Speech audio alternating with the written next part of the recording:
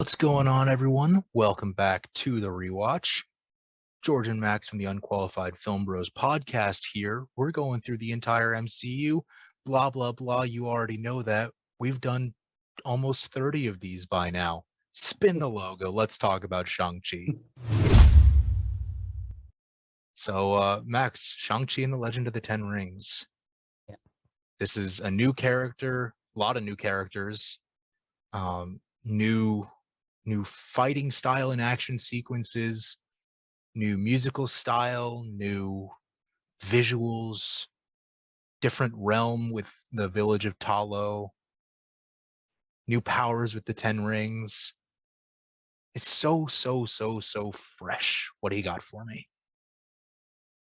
This film is so much fun. Like you said, everything is new and fresh, and I think that is something that the MCU needs. It needs more of, right? It doesn't need to be every project that is like bringing in all these new elements and styles and whatnot, but this was the right film to do it. I mean, it was a really great introduction to a new character. From the fighting styles, the fight sequences are top notch. I mean, they're some of the best, if not the best, in the MCU. Up there with Captain America: The Winter Soldier, and some of the other hand-to-hand combat sequences. The music was fantastic. It was a great mix of more classical Asian, Chinese music and more modern, sort of like club and I don't even know. The way that they were able to blend the motifs together Yeah. really worked for me. It was awesome. And then, the characters, right? Shang-Chi is great. He's kind of this goofy guy that maybe isn't living up to his full potential, and we don't really know why at the outset of the movie. But then it becomes apparent, and he ends up being a great hero. You've got Aquafina, who I admit I'm not the biggest fan of, but I actually think worked well in this movie, playing off of the comedy and just as a character. It's kind of fun to say that she's an Avenger now, essentially. And then Shang-Chi's sister is incredible. I loved her introduction. She's awesome. Yeah, I'm not going to argue with a lot there. I am going to argue a little bit, just for the sake of discourse. Sure. First and foremost, yeah, Simu Liu is just outstanding as Shang-Chi. Yeah. He's funny. He hits the right, gravitas with when he has to get more serious. He handles the weight of the mission that is essentially thrust upon him in a really good way as an actor, and being able to elevate the quality of the source material from the comics. Aquafina can't act, man. I know she's a Golden Globe nominee for the Farewell, but she can't act. I mean, she's just completely outshined by everyone she interacts with in the film, which, granted, might be a testament to the quality of the actors around her. But I just feel like I feel like, I won't say that she was a step behind, because she wasn't, but I will say that everyone else seemed to be a step ahead of her in terms of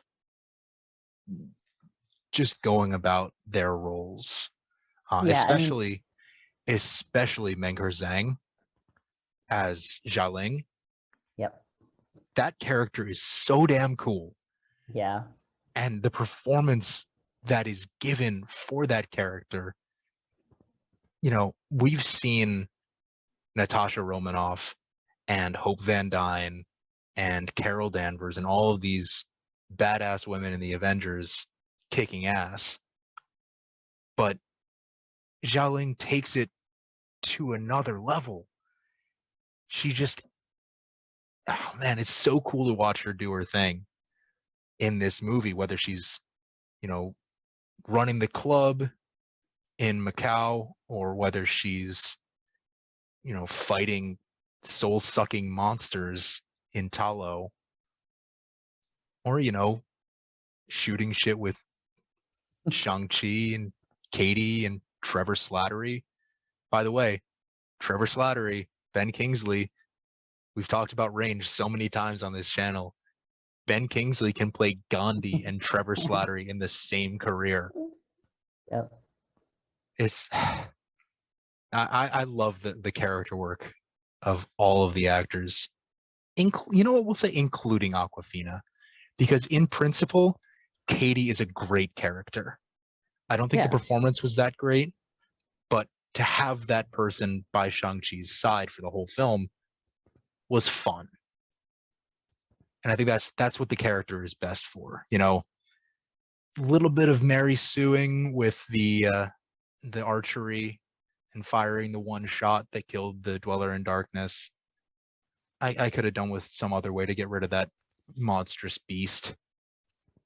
But yeah, and the best part of all of our conversation about these actors is that we haven't even talked about the best one. Yep. I think we all know. You texted me as we were watching this earlier today. Wenwu, Tony Leung, as I mean, one of I will go so far as to say a top 5 villain in the MCU, and he's yeah. not number 5. No. It's just so nuanced, and feeling that he's right, morally ambiguous, even though he's a warlord who's been alive for centuries. You still get that ambiguity in Yeah. his motivations. I don't even know how to put together the words to describe how great of a performance he's given. Can I try? Yeah, go ahead. I think that there's this like really beautiful balance that he is able to convey through his performance of not only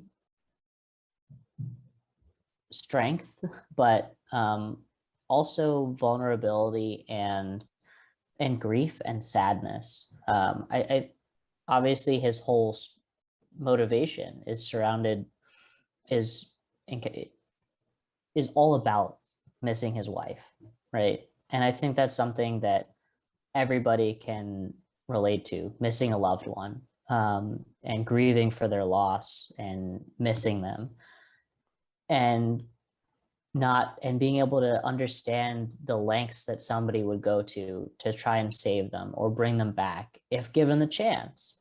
And he feels like he has that chance by going back to Talo and releasing her from her alleged imprisonment, so he claims. There's no real, he's been a warlord, he's fought, he's killed, he's sacrificed others for his own gain, he's pillaged.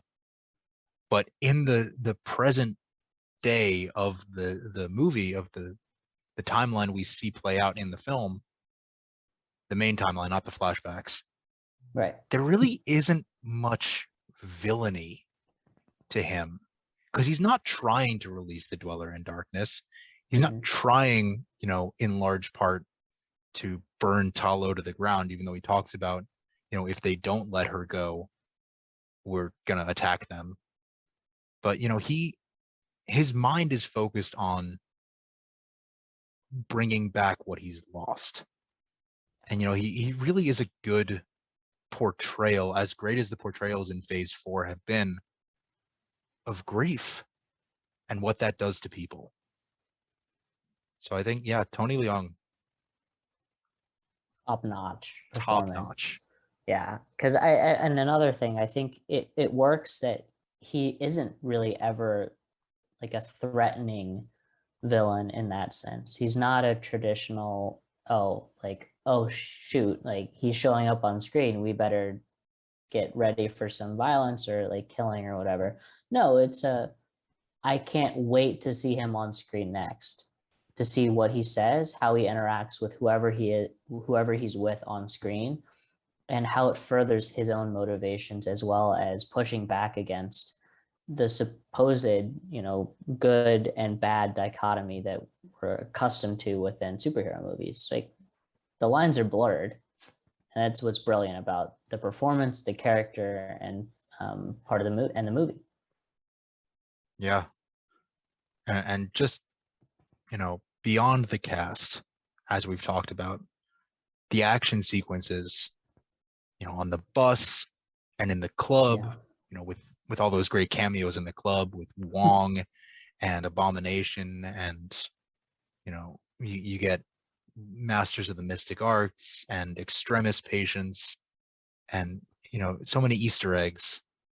It's almost like Jasper Sitwell in Captain America: The Winter Soldier dropping all these Easter eggs. But the action sequences are top notch. You get top flight musical score. The visuals and the artistry of the Great Protector, the dragon, even the animals and mythic beasts of Talo, Morris, for example. The visuals are, I would say second to the action sequences in what I love most about this movie. But it's just, this was the first movie that I saw back in movie theaters after, Yeah. a year and a half of COVID living. Mm-hmm. And to get back into movie theaters and see something so new, so fresh, but still with the familiarity of its ties to the greater MCU, it's a great experience, and it holds up big screen, small screen. Yeah, for sure. So you want to get into ratings and rankings? Yeah, sure. I'm going to put it's very firmly in the top half of the MCU, just outside of my top 10. It'll be number 13 out of 32. It's a great character introduction for all the reasons we just discussed. And my rating will also reflect that. I'm going to give it an 87 out of 100. It's a really strong film overall.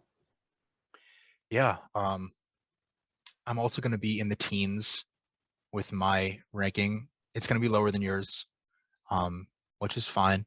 I've been higher than you on some movies. I'm going to put it 19th in the MCU. I think, again, just coming full circle here, Aquafina pulls this movie down for me, just because that performance is not my favorite. We'll say, to keep it friendly, and I could, as great as the visuals of that final battle are, it is essentially a CGI same versus same fight, which has been one of the crutches that the MCU has used. And I think that final battle could have just been the 10 rings against the people of Talo, and it would have served the same purpose.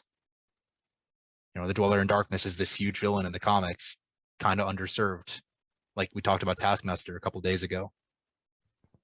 Kind of underserved in the film debut. But overall, it's really strong. So yeah, 19 out of 32. And I'm going to give it an 82 out of 100. So it's still in that B range. That's the number I want y'all to focus on, because it is a really, really, really good film. And, my nitpicky flaws that drop it beneath other MCU projects are just me being an unqualified film bro. So that's going to wrap up this episode of The Rewatch. We'll be back tomorrow to talk about Declan's favorite MCU movie because of all its exposition. Ooh. Shots fired. He's not here to defend Shots himself. fired. We love you, Declan. We're going to talk about Eternals tomorrow. So stick around. We'll be right back tomorrow. Good night. Good night.